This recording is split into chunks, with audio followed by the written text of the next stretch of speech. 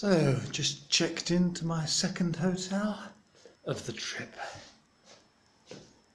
Quite bright and airy. Little balcony outside. I've had better, I've had worse. Only here for 3 nights before I get on the flight to Cairo. Well, I've relocated 70 odd miles back down the coast where I started from, and incredibly there is another shipwreck. This one was a ferry which sank on its maiden voyage in 1980, and this morning might actually get to see it, the yellow submarine.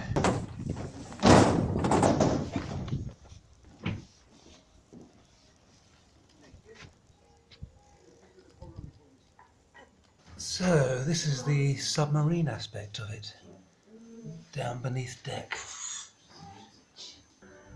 And this is the upper deck on this bright sunny morn, due to depart in about 15 minutes.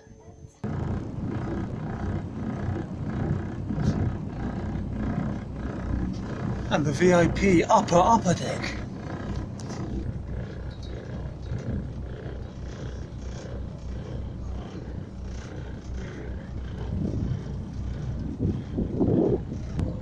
Leaving dead on time, more reliable than British Airways.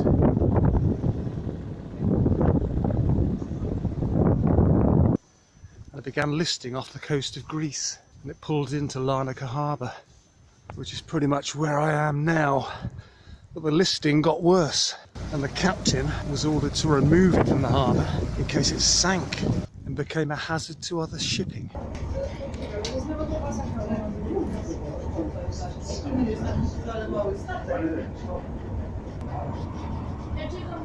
So heading out to see the shipwreck now. Hopefully we'll be able to see it clearly. It was anchored offshore, but the listing got worse and the crew were evacuated on the maiden voyage. And about 100 vehicles remain on board, 100 feet down. That's the buoy that marks its position. That's a little bit murky. You can just make out the hull of the ship. Honestly, if you want to see the Zenobia wreck, don't use the yellow submarine. Even on a bright, calm day, you won't see much of it. It's only 30 meters below the surface, so go scuba diving for a great view of the Zenobia and its cargo.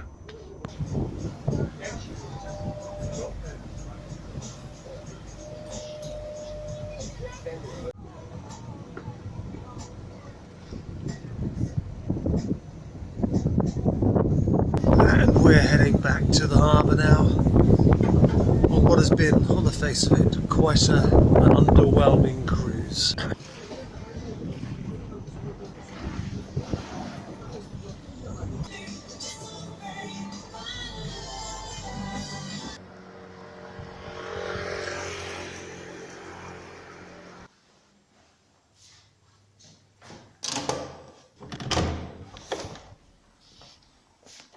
So this is the Larnaca salt lake, which during the summer months completely dries up.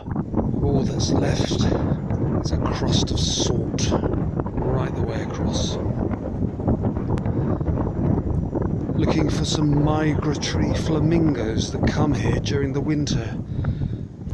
Ah, there is some sign of pinkness in the distance. Looks suspiciously like that could be them.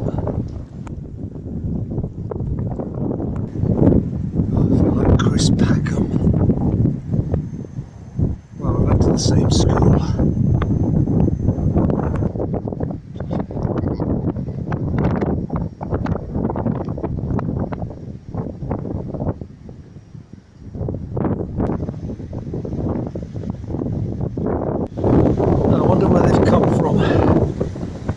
Pretty chilly here today, so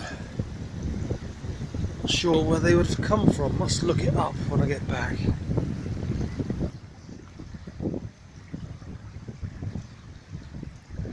The Larnaca Salt Lake. It's like there could be a bit of rain across the other side. So we might start heading back to the hotel soon. Got caught in a little bit of a shower on the way back from the Flamingos yesterday. But this morning, blue skies back for a drive to Nicosia. Very nice little area on the outskirts of Nicosia. Very close to the abandoned international airport, which is just over to the left. This area is right on the border of the UN buffer zone, in which the abandoned airport is sat right in the middle. So these nice houses would have been directly under the flight path, takeoffs and landings. The airport was just a few hundred meters across there. There's the airport just over there. There's a UN vehicle patrolling the airport at the moment. I did try to get in to have a look at the abandoned airport from the inside, from close up. I wrote off for permission and got a reply back from the UN saying, sorry, tensions are still running high at the moment and we're not allowing any visitors, which is a shame. It's about as close as I can get. So the runway would have been just over in the direction of that UN vehicle over there. Damn! Just trying another way to get into the airport and just come across this. Can't go any further than this point. There's UN trucks buzzing around left, right and centre. There was even a helicopter flying above patrolling the airport just now. So I don't think I want to risk trying to get in this way, especially as I've been refused permission. Just tried a third way in, but that's not looking very good either. Just going to have to write this one off as a failure. Nicosia International Airport, the scene of fighting following the Turkish invasion and abandoned in no man's land ever since. Heading towards the centre of Nicosia now, to the border crossing, which since Berlin is now the only border crossing between a divided capital city in the world. The UN buffer zone, created during the ceasefire after the Turks invaded the island in 1974.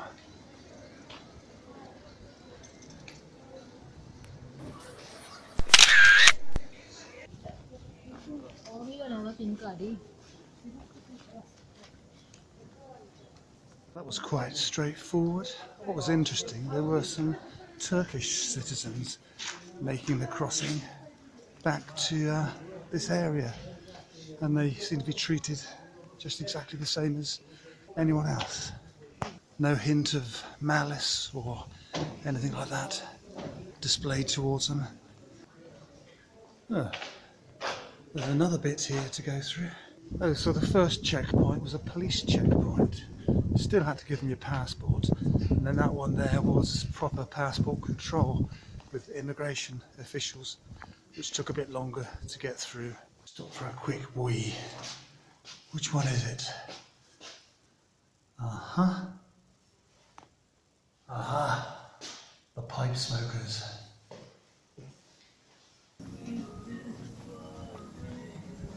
So straight away the contrast is quite stark. Much more of an eastern feel as soon as you make the crossing, and it is just like being back in Turkey.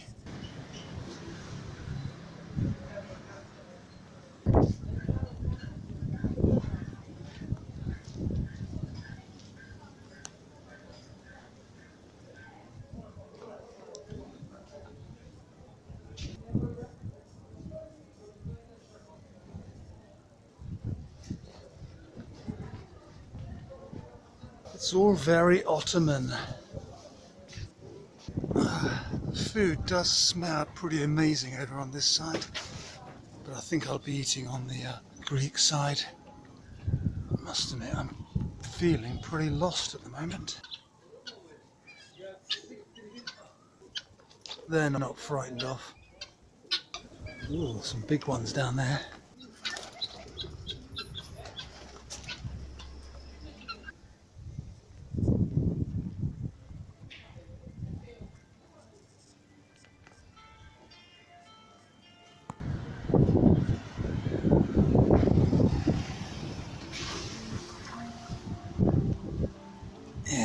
had a shower before I came out. Lots of old derelict buildings around this area.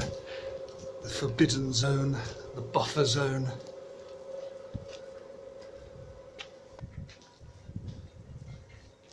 People have left.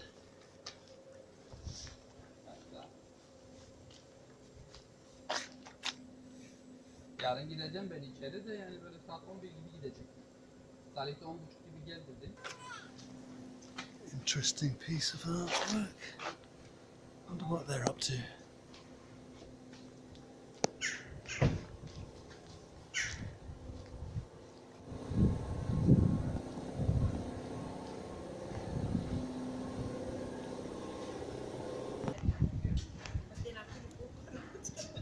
And back on the Greek side. Hello, Mush.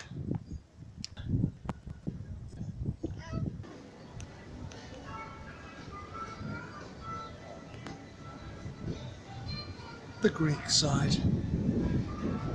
One city, two cultures.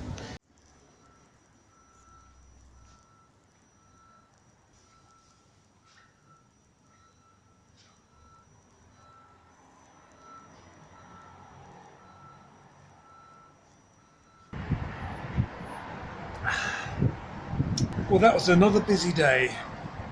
Last day in Europe today. Tomorrow, Africa.